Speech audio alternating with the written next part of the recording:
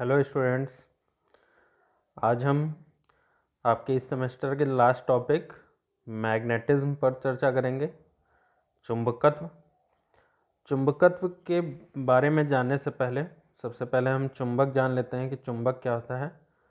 कि ऐसे पदार्थ जो लोहे या लोहे से बनी वस्तुओं को अपनी ओर आकर्षित करते हैं वो चुंबक कहलाते हैं। सामान्यतः हमने यही देखा हुआ है।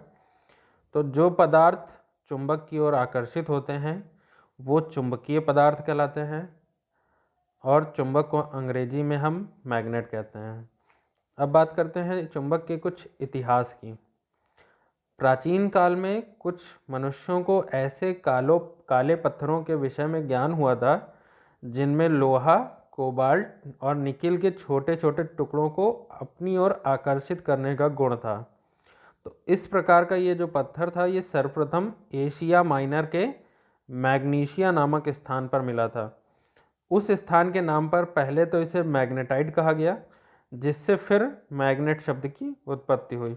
तो प्रकृति में पाए जाने वाले इन काले पत्थरों को हम प्राकृतिक चुंबक कहते हैं और इन पत्थरों के द्वारा लोहे को आकर्षित करने का जो गुण है वो चुंबकत्व कहलाता है, जिसे हम मैग्नेटिज्म कहते हैं।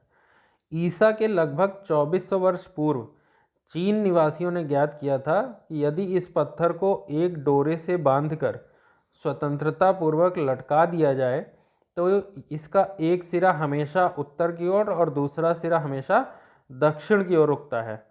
मनुष्यों ने चुंबक पत्थर के इस गुण का लाभ दिशा ज्ञात करने में उठाया। तो इस कारण हम इसे दिक्सूचक मतलब दिशा सूचक लोड स्टोन या लीडिंग स्टोन भी कहते हैं। अब चुंबक जो है हमारा वो उसके कुछ सिद्धांत होते हैं। पहला सिद्धांत है चुंबकीय ध्रुव सदैव युग्म में होते हैं, मतलब उसमें नॉर्थ और साउथ दोनों पेयर में होंगे, दोनों पोल, जैसे उत्तरी ध्रुव और दक्षिणी ध्रुव।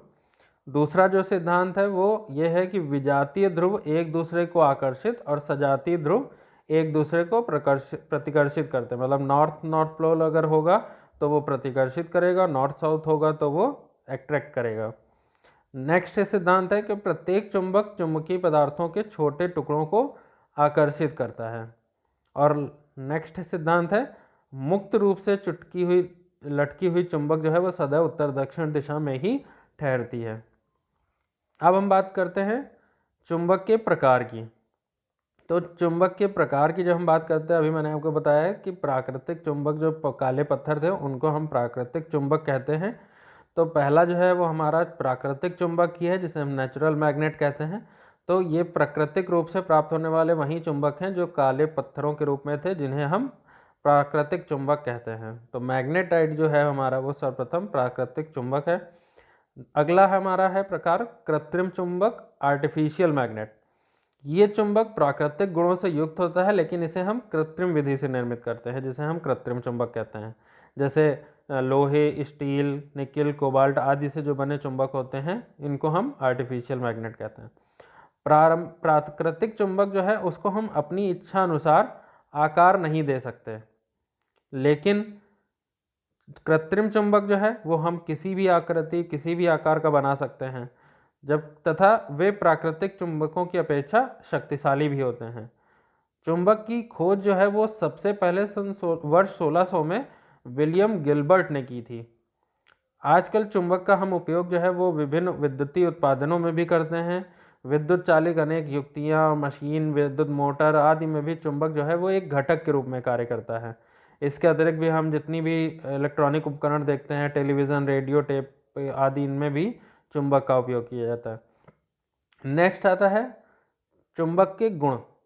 चुंबक के गुण की जब हम बात करते हैं तो पहला गुण है आकर्षण गुण, अट्रैक्टिव प्रॉपर्टी। तो चुंबक में लोहा, इस्पात, स्टील, कोबाल्ट आदि के कण और धातु अपनी ओर आकर्षित करने की क्षमता होती है। दूसरा है प्रतिकर्षण गुण। यदि किसी क्षण चुंबक को धागे से हम बांधकर मुक्त रूप से लटका देते हैं तो स्थिर होने पर उसका एक सिरा उत्तर की ओर दूसरा सिरा दक्षिण की ओर ही रहता है। जिस बिंदु का झुकाव भौगोलिक उत्तर की ओर होता है उसे उत्तरी ध्रुव, और जिस बिंदु का झुकाव भौगोलिक दक्षिण की ओर होगा उसे हम चुंबक का दक्षिणी ध्रुव कहेंगे। उसके बाद तीसरा है गुण ध्रुवों का आकर्षण तथा प्रतिकर्षण।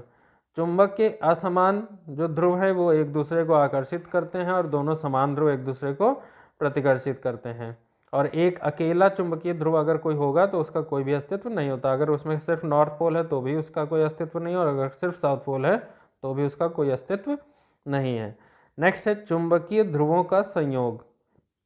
चुंबकीय ध्रुवों के संयोग की जब हम बात करते हैं तो किसी भी चुंबक की जब हम बात करें तो बीच में से अगर हम उसको तोड़ दें, अगर हमें लगता है कि एक टुकड़ा हमारे पास है और उसमें दो पोल हैं, एक नॉर्थ एक साउथ, और इसको हम बीच से तोड़ दें तो नॉर्थ हम अलग कर देंगे और साउथ अलग कर देंगे, तो ऐसा नहीं पॉसिबल है। जैसे ही हम उसको तोड़ेंगे वो टूटने पर पुनः जो है वो उत्तरी और दक्षिणी ध्रुव में बढ़ जाते हैं, अपने आप उनमें उत्तरी और दक्षिणी ध्रुव जो है वो उत्पन्न हो जाते हैं और वो एक सेपरेट जो है अलग अलग चुंबक बन जाते हैं। नेक्स्ट है पृथ्वी का चुंबकीय व्यवहार। पृथ्वी के चुंबकीय व्यवहार की जब हम बात करते हैं तो पृथ्वी जो है एक विशाल चुंबक की ही भांति हमें दिखाई देती है कि वो कार्य करती है। इसका दंड चुंबक इसके अक्ष के साथ होता है। पृथ्वी द्वारा उत्पन्न चुंबकीय क्षेत्र का कारण इसके केंद्र पर बहुत गर्म ठोस लोहे से बना भारी क्रोड है, लेकिन पृथ्वी का चुंबकीय ध्रुव दंड चुंबक के ध्रुवों के विपरीत होता है। तो हम जानते ही हैं कि समान ध्रुव एक दूसरे को प्रतिकर्षित और एक समान जो होते हैं वो ध्रुव एक दूसरे को आकर्षित करते हैं। तो इसलिए चुंबक का उत्तरी ध्रुव उत्तर की ओर और दक्षिणी ध्रुव दक्षिण का होता है। तो पृथ्वी का जो भौगोलिक उत्तरी ध्रुव है दक्षिणी ध्रुव है, जबकि भौगोलिक दक्षिणी ध्रुव उत्तरी ध्रुव है। तो इस वजह से दोनों सेम ना होने की वजह से पृथ्वी भी जो है वो चुंबक की भांति व्यवहार करती है। तो अर्थात जाहिर सी बात है कि दोनों स्वतंत्र रूप में हम देख रहे हैं कि दंड चुंबक जब हम उसको लटकाते हैं तो वो उत्तर दक्षिण दिशा में अपने आप हो जाता है।